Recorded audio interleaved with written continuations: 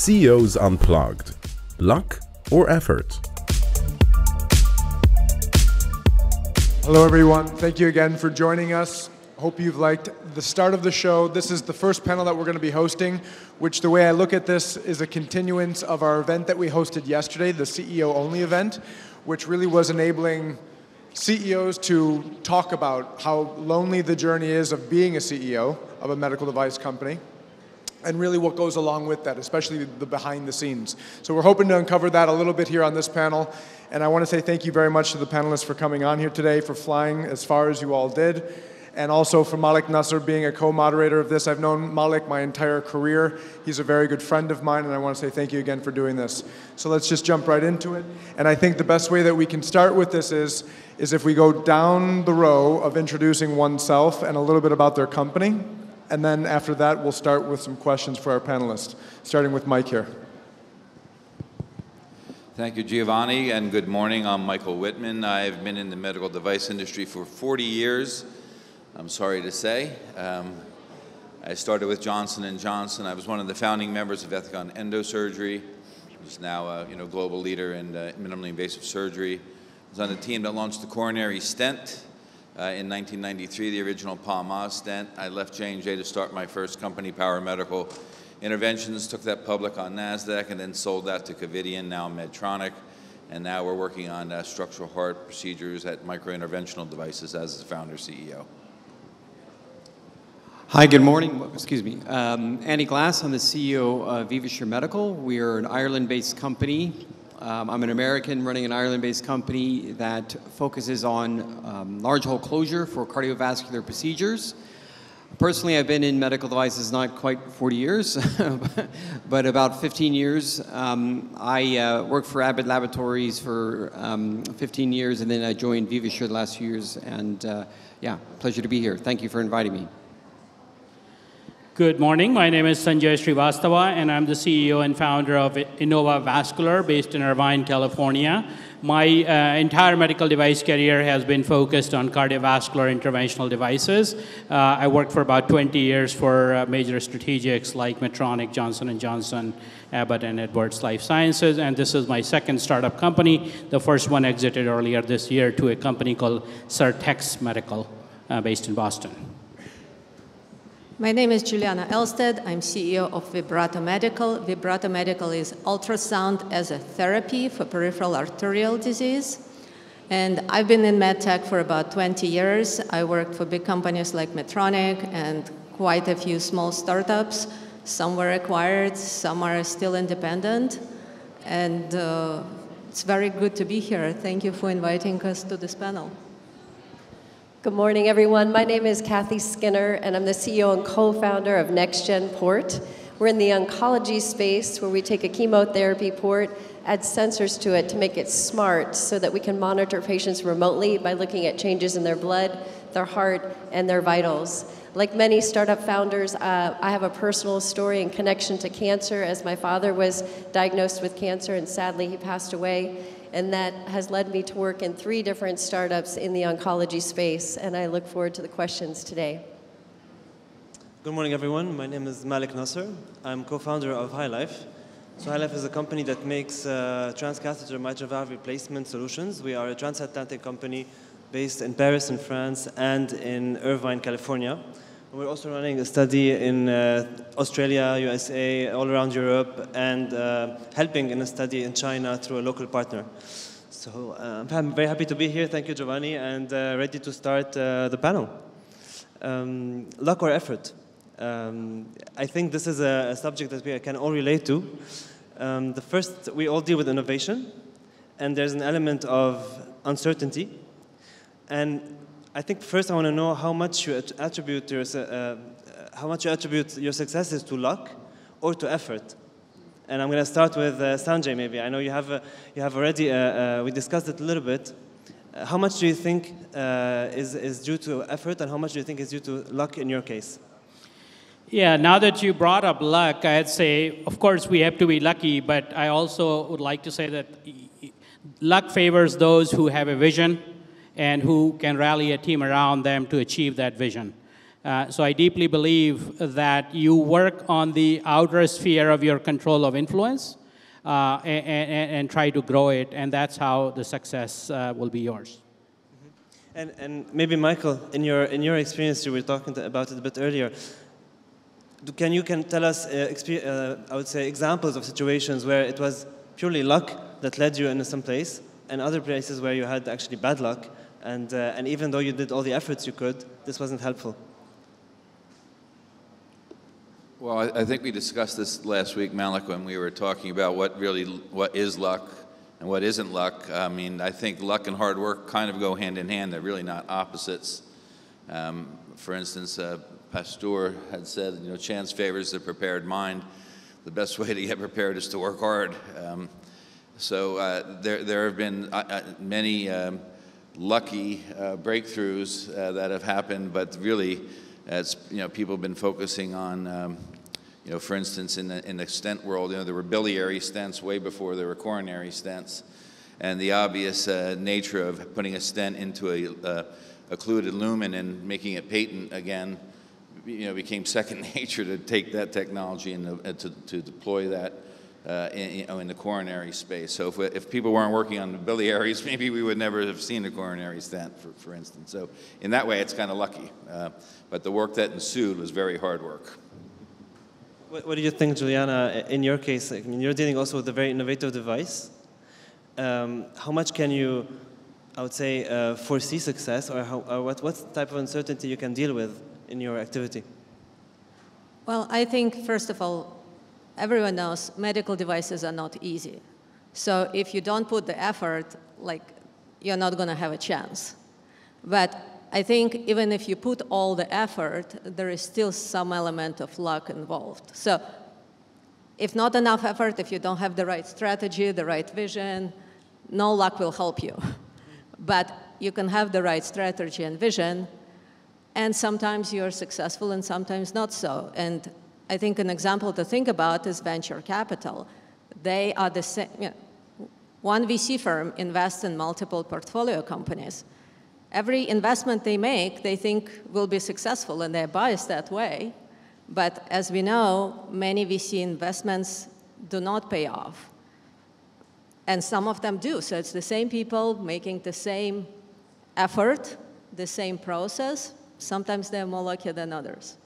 So you're saying, since most of actually investments don't get a return, but some get, I would say, very high returns, you're saying the same people are doing the same efforts, so how come some of them are very successful and some not at all? It's the same effort at the end. So what do you attribute this for? Is it the market? Is it just pure luck, randomness? Well, I think in innovation, if you're really developing something new, there is risk. So I always think about it as risk. And you do take some risk, knowing that some of the risk will pay off and some won't. So I think failure, to some extent, is inevitable if you do innovation. Cathy, can you tell us about situations where you had to guesstimate things and try to rely on your gut feeling instead of just pure data? Oh, I think every day there's a lot of guesstimate going on. I wanted to also go back to this question of luck in that, and I would call it serendipity. So there was serendipity in that I met my co-founder at a medical conference just like this. She literally sat next to me at lunch, and she's turned out to be one of the best, luckiest, most serendipitous parts of our company. And so to the question of your gut, I tend to be on the side of leading with my gut, leading with intuition, and yet my co-founder, who I just mentioned, she's very science-based, she's very data-driven, so we become two sides of one coin and a very good match. So I think there needs to be a combination of gut, vision, passion, coupled with data, science, and concrete data. And I think this is a great example. So you made an effort to be at that conference. You made an effort to network. You made an effort to have all the experience that made you a good match for that founder that you met. So, and then there is a little bit of luck. Yes, agreed. And she comes from corporate, and I come from startup world. So I'm enabling her, supporting her, teaching her how to be in the startup space, which requires a lot of resilience and endurance and grit. So coming from corporate to startup land is a big journey for her. How do you balance this, Cathy? Because I think if she's very data-driven and very, I would say, scientific mind, which we all have it, of course, but you're more kind of, you have the intuition to help her with the decision. How does it work? Do you actually clash, I would say, on these topics, or how does it work between you two? So like all good partners, we have a very good marriage. We've learned to communicate, we've learned to be respectful, and we work hard at honoring the perspectives of each other. And I listen to her, and I feel like she listens to me, and there's been compromise. And the #1 goal is to be a successful medical device company. And as shared, it's so difficult. So why add conflict in a journey that's already really challenging? Yeah, Giovanni, go ahead. So I want to get the elephant out of the room question about luck or effort for fundraising, because coming off of yesterday's CEO-only event and all the conversations that we all likely hear, we know that fundraising, especially in this past year and in general, is incredibly hard. And most CEOs hate it. I've only met a few masochists who ever said that they actually enjoy the process, but most of them hate it. And so when we think about raising funding, and we have some very experienced panelists, some who have been part of BD for corporate venture, some who have been in corporate venture. We've seen raises from seed all the way up through Series C, for example, or even higher. I want to talk, is it really about the effort? Is it truly a numbers game? Or is there ever luck ever truly involved in getting money when you're raising? And I'll start with Andy. Well, as my dad used to say, I don't believe in luck, I rely on it. And his comment, and when I think a bit in fundraising, when you come to the idea of going out there and raising money, you have to be, there's only one of you, or one team that you have that goes out to raise money, and you have to be targeted and have to increase your odds, right? It's a bit of like going to a roulette table and saying, okay, how do I eliminate the black? How do I eliminate the odds? Okay, how do I get to certain things such that when I am actually targeted, I'm going to be most successful at getting the funds needed? And when we went fundraising for our Series D, which we closed with about 50 million euros, when we started, we went to the U.S., and it was crickets. I mean, it was depressing, actually. You know, there were so many venture firms that we went to and said, look, I've invested in closure before, didn't pan out, I'm not going to do it ever again. And so it was constantly, we would go down the whole list. So we quickly pivoted to, okay, we got to figure out a different way of raising funds. And so actually we started looking into China, we started talking to corporates, et cetera.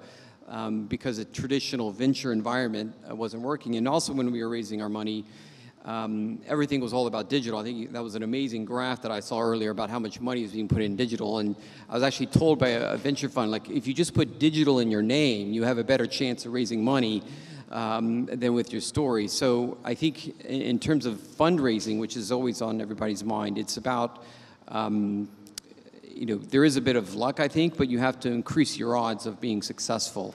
And that's where you as a founder have to work through that and make it happen. Thank you. Sanjay?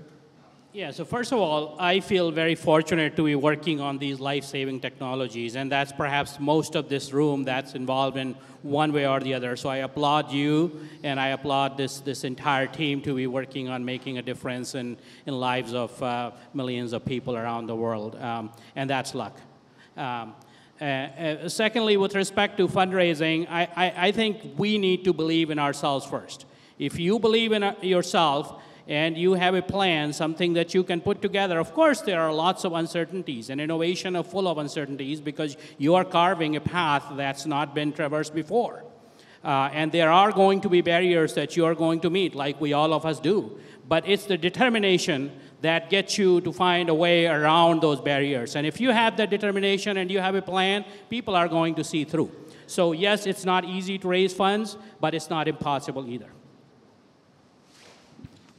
Mike? Yeah, just to add a metric to the two comments. So we just raised a Series E, 88 pitches, 2 term sheets over 20 months. So that kind of puts it in perspective. And we are working on a life-threatening disease. So I agree with Sanjay. The closer you get to a life-threatening disease that's non-invasive or minimally invasive, I think the greater likelihood of success you'll find either a strategic partner or some capital if you're persistent out there.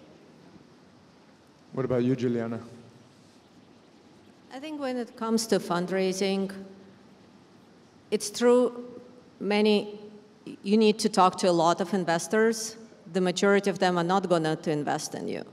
But that's okay, because you need to find 1, 2, 3, I don't know, single-digit number of investors who will. I think in terms of effort, you need to know your pitch needs to be nearly perfect. You need to know your investors, what they invest in, what kind of therapeutic area, what kind of series they like, what is it that they're looking for. Ideally, you need to know some portfolio companies that they already have and those CEOs who can give you more of insider perspective. If you do all of this, I think, as you, Sanjay, said, you make your own luck. Your luck will get better. But there is true, you might know all of this, and sometimes like timing with the fund is critical. You know, you might know all of this, but if that fund has one investment left, and they want to do it, I don't know, commercial stage, and you are pre-revenue, there is, that's not a good match. So I think effort is a must, and luck is on top of it. Cathy? And I would offer, if you're an early stage startup like we are, you're going to hear no a lot. The question you ask is, then who should I speak with? So if I'm too early for a venture firm, I say, well, who are the angels that you have seen on cap tables and then you've invested later? So I'm always asking for that next connection. Maybe one interesting thing, you're talking about external factors that really are not in your control. And this is the case for fundraising. How do you mitigate them? So one way you said, Katie, is kind of try to understand who's in front of you. Juliana, you mentioned also understanding the funds. Where are they, at what stage, etc. How do you mitigate these external factors before raising money? If you don't want to rely only on pure luck. Yeah, go ahead, Sanjay. Yeah, so there are many factors that are outside our control. Notified bodies and FDA, the regulatory bodies, is one thing that's very favorite of healthcare product developers to state around the world that, oh my God, it's the FDA. Whereas I personally think FDA is incredibly friendly. It's there to help you. Of course, it has a job to do, and that's to watch the safety of American people. And it also has a job to foster innovation in the country. So I think they're doing a fantastic job balancing the two and enabling the innovation that has been enabled by that country. And likewise, you know, the notified bodies, ministries of health and regulatory agencies around the world, they are also, you know, they go through a little bit ups and downs. They are learning from one another. But by and large, the innovation gets to the world. So that's one unknown factor, for instance. Capital is the second factor. So for instance, I have spent my career doing what I call these body plumbing tools. Now, body plumbing tools, you would think that that's, you know, it's the digital, and the minister as well as the prior keynote speaker showed the curve. So there's so much capital that's going into digital innovation. But my favorite saying is that, you know, it's the tools that are treating people. Physical mechanical tools, and I have been able to make a living by developing physical mechanical tools, and I still see there's plenty of opportunities out there that you could develop a new gizmo that enables or makes the job of a doctor easy. And as long as we're doing that, we're keeping, you know, things under our control. We're helping the patient. We're helping the healthcare provider, and those are some of the ways that we are minimizing things that are outside of our control and maximizing our own circle of influence. So in our space, we're taking a chemotherapy port that's been used for decades, adding microelectronics in it to make it smart. And any person on the street understands this concept. And by leveraging existing technology outside the body, miniaturizing it and bringing it into the body, then we're de-risking it. So when we're talking to investors, they want to know three things. How are we going to make money? How are they going to get their money back? And what are we doing to de-risk it? And so leading with those things simply out front makes a big difference, because those are the primary things because investors want to know where's the money, and that's what we have to follow. Andy, maybe one word about how you mitigate all the external factors when you're raising funds? Yeah, I guess my these are all great comments. I think one thing I keep coming back to with my team is constantly testing the assumptions, right? Because we assume, for example, we're running an IDE in the U.S. and we ran 2 EFS studies, and the first 2 EFS studies we got Medicare or CMS reimbursement within a month. And so back in March, we got our IDE approved. We submitted to CMS for our approval for the IDE, and here we are in October, and we don't have it. And we'd assumed, in terms of risk of running a clinical trial, that was very low on our assumptions. And it turns out, at the end of last year, things changed at CMS in terms of their approach and their mentality, and we didn't pick up on that. All right, that was an assumption that was a miss on our part. We're working through it. We managed through it. I think we'll get CMS approval soon, but it's always about the assumptions that go into, you make assumptions along the way, and if there is uncertainty on those assumptions, how can you mitigate that risk a bit? How can you test them? I think you have a scenario. How do you test it? Yeah, well, I think there's a variety of ways. So you talk to the people who know. I mean, I think that's the first thing is pick up the phone and start asking questions. People who, we didn't talk to other companies who have been through CMS reimbursement over the past, before we submitted. So it was a year between our one submission and the next one. We assumed everything was the same that whole year. And then suddenly things change and we didn't pick up on it because we weren't out there asking other people how it's going. That was the miss that we had there. But I think you have to say, look, if this assumption could be critical for the company, yes or no, what could happen? And I love the stent story because, there were biliary stents for a long time, but people always assumed if you put them in the coronaries, you're going to clot the artery and kill the patient. And it was somebody said, well, maybe they won't. Somebody actually questioned that assumption along the way. And I think with all the things you're doing as a company, you make assumptions and you're going to be wrong. Let's just be honest. We're in startup business. We're going to be wrong. But how do we mitigate, okay, if it's this or that, how do we manage through it? Do we have enough runway in case that doesn't pan out? Or if we get delayed because of MDR, or if we have a challenge with the FDA, we got to do more, another great thing all the questions that are implantables need to deal with now is FDA is a hot topic on biocompatibility and the materials that you're putting in the body, and they're asking for a lot more testing than they used to. So we got an IDE approved back in 2019. The amount of testing we needed from the FDA was minimal. We go back to them and suddenly it's like, whoa, okay, that's new, But those being able to plan for those uncertainties and deal with those uncertainties, but also trying to mitigate. If you don't know, try to know as much best you can, and then have backup plans and scenarios for what to do next. Yeah, I'd just like to add to that because if you are out raising money and you put the uncertainty known as a contingency into your business plan, you never get an investment. So it kind of works against you a little bit in that. But the reality is these things take time. They have to be addressed, carefully and thoroughly.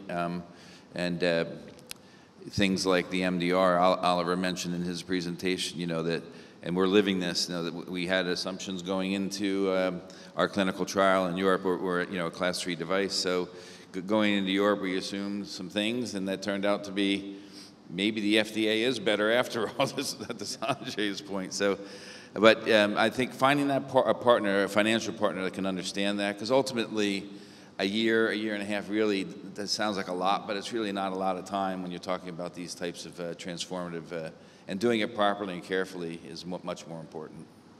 What importance, Mike, do you give to your gut feeling when you're testing these assumptions? Do you give it any importance at all?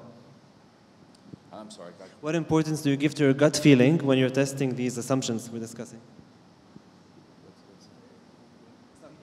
It's echoing, sorry. Oh, what importance do you give to your gut feeling? Yeah, I think it was Cathy or Juliana said earlier, you have to really listen to your gut, right? If you've been doing this a while and you've developed some successful parameters around launch and development, you really have to trust those. Because for instance, going back to Andy's comment about the coronary stent, 30% of the original trial patients were converted to surgery, 30%. I mean, you'd probably stop A lot of people would stop at that point, right? But it was really technique related, and by the trimester of the study itself, the original PMA, the Palmas stent, it was down to less than 2%. So you gotta listen to your gut. Yeah, and I just want to add that patient selection plays a role in early technologies. The technique plays the role besides the tools. And over time, all of them get better. As we learn from one set of products, we start to figure out which subset of the patient this particular device works best.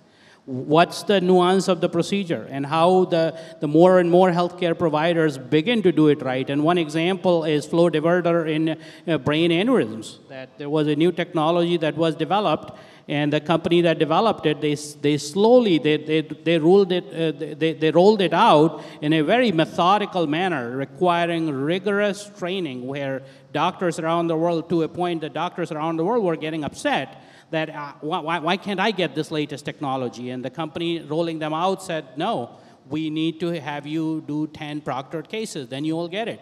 And as a result, that technology ended up being a leading technology in brain aneurysms, at least a certain subset of brain aneurysms. If we had rolled it out as the world was eager to adopt, in that case, that would have died because people wouldn't have known how to use it in a correct way. So there are multiple facets. And you have to be lucky along many ways. Raising the capital, having a great team behind you, having the regulatory team work, regulatory bodies work for you and with you, and finally having the procedure. If it's a procedure-based product, having the proceduralists and the doctors get it right with your collaboration and cooperation. So I have a question for Mike that I'm going to start out with, but I'd like all the rest of the panelists to chime in as well. So the topic I've been thinking about is marketing, branding, or making noise, and leading companies for your technology, for your company itself. There's this thing called LinkedIn, and once in a while you go on it and you see these startup companies that are in stealth mode, and you don't know what they're doing. Other ones go out there and you believe the CEOs, they love making noise and talking as much as you possibly can about it, videos, podcasts, whatever it may be. Going back to the title of this and going behind the scenes of taking different philosophies of building companies and your brand, CEOs Unplugged, stealth mode, out there making noise. Is it luck or effort? Are you going out there making noise and hoping for luck for someone to find you and bring you a magic, I don't know, $10 million? I don't know. But is it luck or effort and stealth mode or making noise? What's your perspective on that? Hard work and stealth. You got to elaborate on that. I can't. I'm in stealth mode. No, but seriously, yeah, there's a time. I came up in marketing, so there's the old saying: 50% of your marketing dollar is wasted. You just don't know which 50%. So there's a time to shout and look for attention, and there's a time to be patient and quiet and work on your technology and on your science. And I think it's more of a timing issue for me than it is whether you should be shouting or not. But my opinion, I invest in small little companies, with an angel group. When they're touting, unrealistic goals and times and things, that doesn't help people. And people that are experienced in the field probably recognize that, and maybe that's why you get a lot of no's. So I think being patient and thorough and work hard is probably better. That's just my opinion. What does anyone else think about getting out there and shouting from the rooftop? Yeah, I would echo the comments. I think you have to view it as part of your strategy of when do you want to get out there and let people know, and what do you want them to know, instead of, posting for the sake of posting, which is kind of our generation's Instagram desire, right? I think you need to have a real strategy there, and keep in mind. I see this a lot in LinkedIn is, you have a reputation there as well. And, when people are fundraising in particular, and you say, we're out fundraising, you let the whole world know. And the year later, you're still fundraising. Well, there's kind of a staleness that comes, and VCs pick up on that. And are like, well, okay, no one's bit in a year. There must be something wrong here, right? And so you have to be, I think, careful about what you put out there and when, in terms of your messaging, and it could have an impact that negatively you don't realize at the time. So I just think you'd be thoughtful about it in terms of your strategy, and then, look, keep in mind, The LinkedIn community is not your end player in this. The main player is your investors, the patients, the product, those things you need to be focused on. And how does LinkedIn play in that? I think you have to consider that. That'd be my comment. I would offer that I like to shout from the mountaintop because this work in medical device is so capital intensive that we are going to need a lot of money before we commercialize. And I don't necessarily go out and say, hey, we're raising money. I say, we're going to MedTech Malta, or we're part of MedTech Innovator, or we participated in the Mayo Clinic Platform Accelerate program, and this is what we got out of it. So I use LinkedIn as a tool to show progress, and maybe we'll be raising to investors for a year, 2 years, but what I love is going back to them and saying, look what we've done in the last 9 to 12 months. Yes, we're still pounding the pavement, raising money, but look what we've done in the interim and how we've de-risked it for you and the progress that we're making. So I'm a big fan of shouting from the rooftop, but shouting the progress that we're making in good faith with the investment that we have to date. No, I think you touch an important point of credibility, because investors like credibility. You go, you say you would do something, and then you come later and said, remember I told you we would do it, and we did it, and here is the result. I think that's extremely important. Sanjay, what is your strategy? Yeah, I'd share, echo much of what's been said, and same thing goes with strategic investors. My two companies have had strategics invest, and we do the same thing, that while they are getting updates on a quarterly basis, but before you enter in a strategic deal, and if you're trying to reach out to them, and I recommend that, you know, we connect with them at conferences, et cetera, whenever available, whenever possible, and continue to periodically give an update on where we are, what we're doing, what we're planning, and then so it does take time. The process of someone trusting you, someone trusting your company to invest could take a while. So keeping in touch and continuously providing updates is something that I personally value a lot. Well, and I would add on the strategics, because we've been out sharing our story. Becton Dickinson, the global leader in port manufacturers, found us. And then B. Braun, one of their competitors, found us. So we're actually having a flow to us because people that are in the know have seen what we're doing. Maybe you guys have heard about something called the return on luck. So basically, this is what you're doing. So you're trying to, you get out there and hope that someone is going to actually see the opportunity. So it's this funny concept of ROL, return on luck. Getting back to the main topic of the ROL. I have another question. Do you have one? I don't want to steal the thunder. Do you have a question? No, go ahead. Okay. So CEOs, you guys lead companies. We talked about how difficult it is to raise capital, but depending on who you talk to and how big the team is, often CEOs talk about how challenging it is to build a team. And once you even continue to scale and build that team, then you have to maintain or sustain or retain that talent. How challenging is it to scale that team? And then how more challenging is it, if it is more challenging, to retain that from a leadership philosophy? Sanjay. Yeah, that's a great question, Giovanni, and that's probably one thing that keeps me up at night, that how do I get the best talent possible for every single job, and how do I keep them? Equity helps in my mind, and being generous with equity with the stock option plans is a great virtue that we have as startups.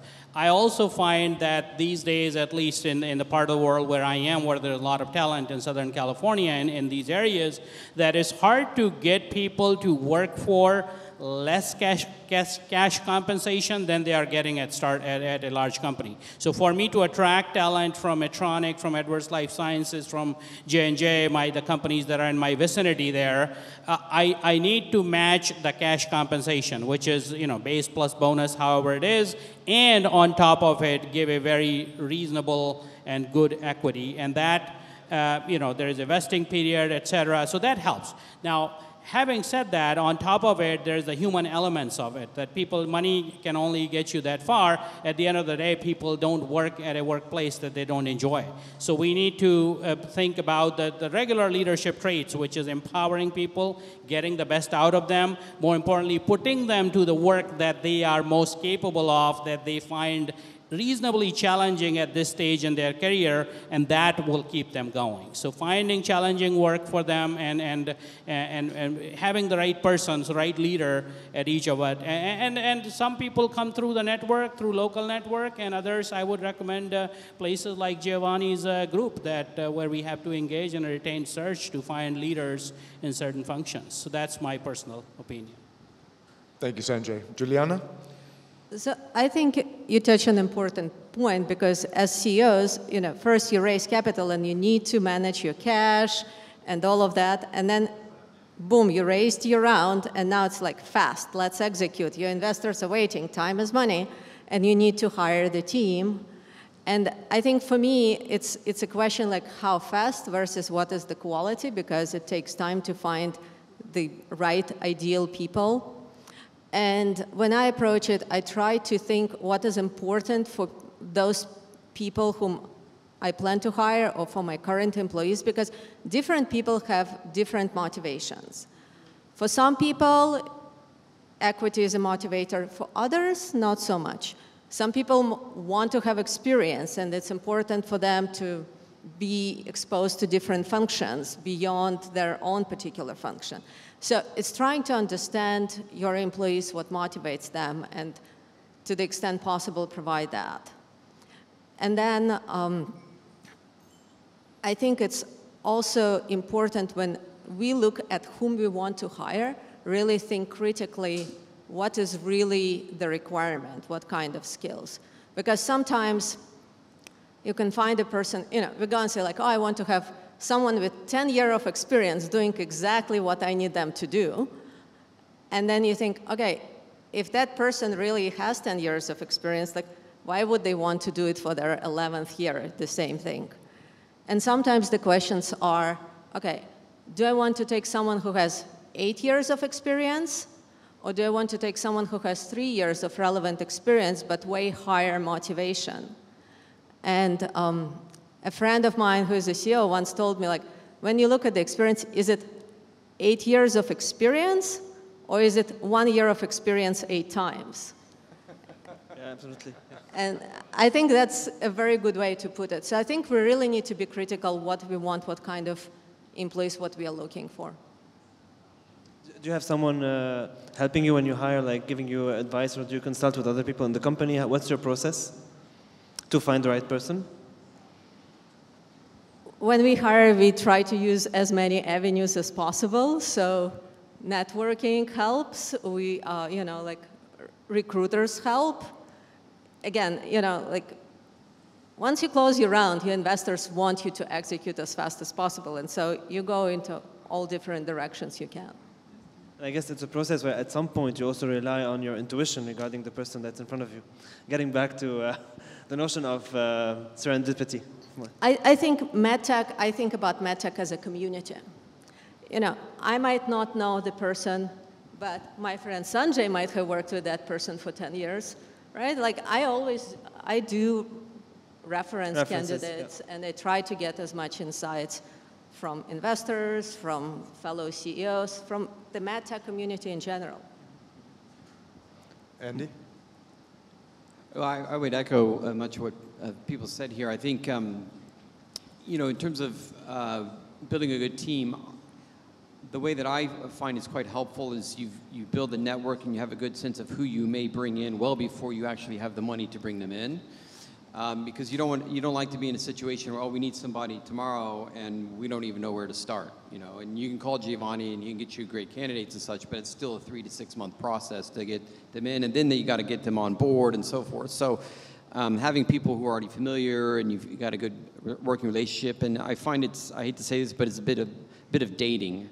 You go spend a lot of time with them, you meet with them, you talk with them, but having a good sense of all the different key roles and the people that you could bring in well before you actually need to bring them in is quite helpful, because once you got to go, you got to go. Like time's of the essence, and it does take time for people to come on board and start contributing. And you know, it's not just an immediate process. I think sometimes people forget that. Like I have team members come to me and say, "Hey, we need to hire somebody because we got to do this next week." And I'm like, "Well, we should have thought about that, 6 months ago, right? It's a bit late now. There's only so much we can do." And then that's when you have to kind of go outside and find consultants and people that you can plug in, but that's not an ideal situation. And so, I guess part of it is the planning of being ahead, and your roadmap of people is, I would say, a critical part of your process. Mike?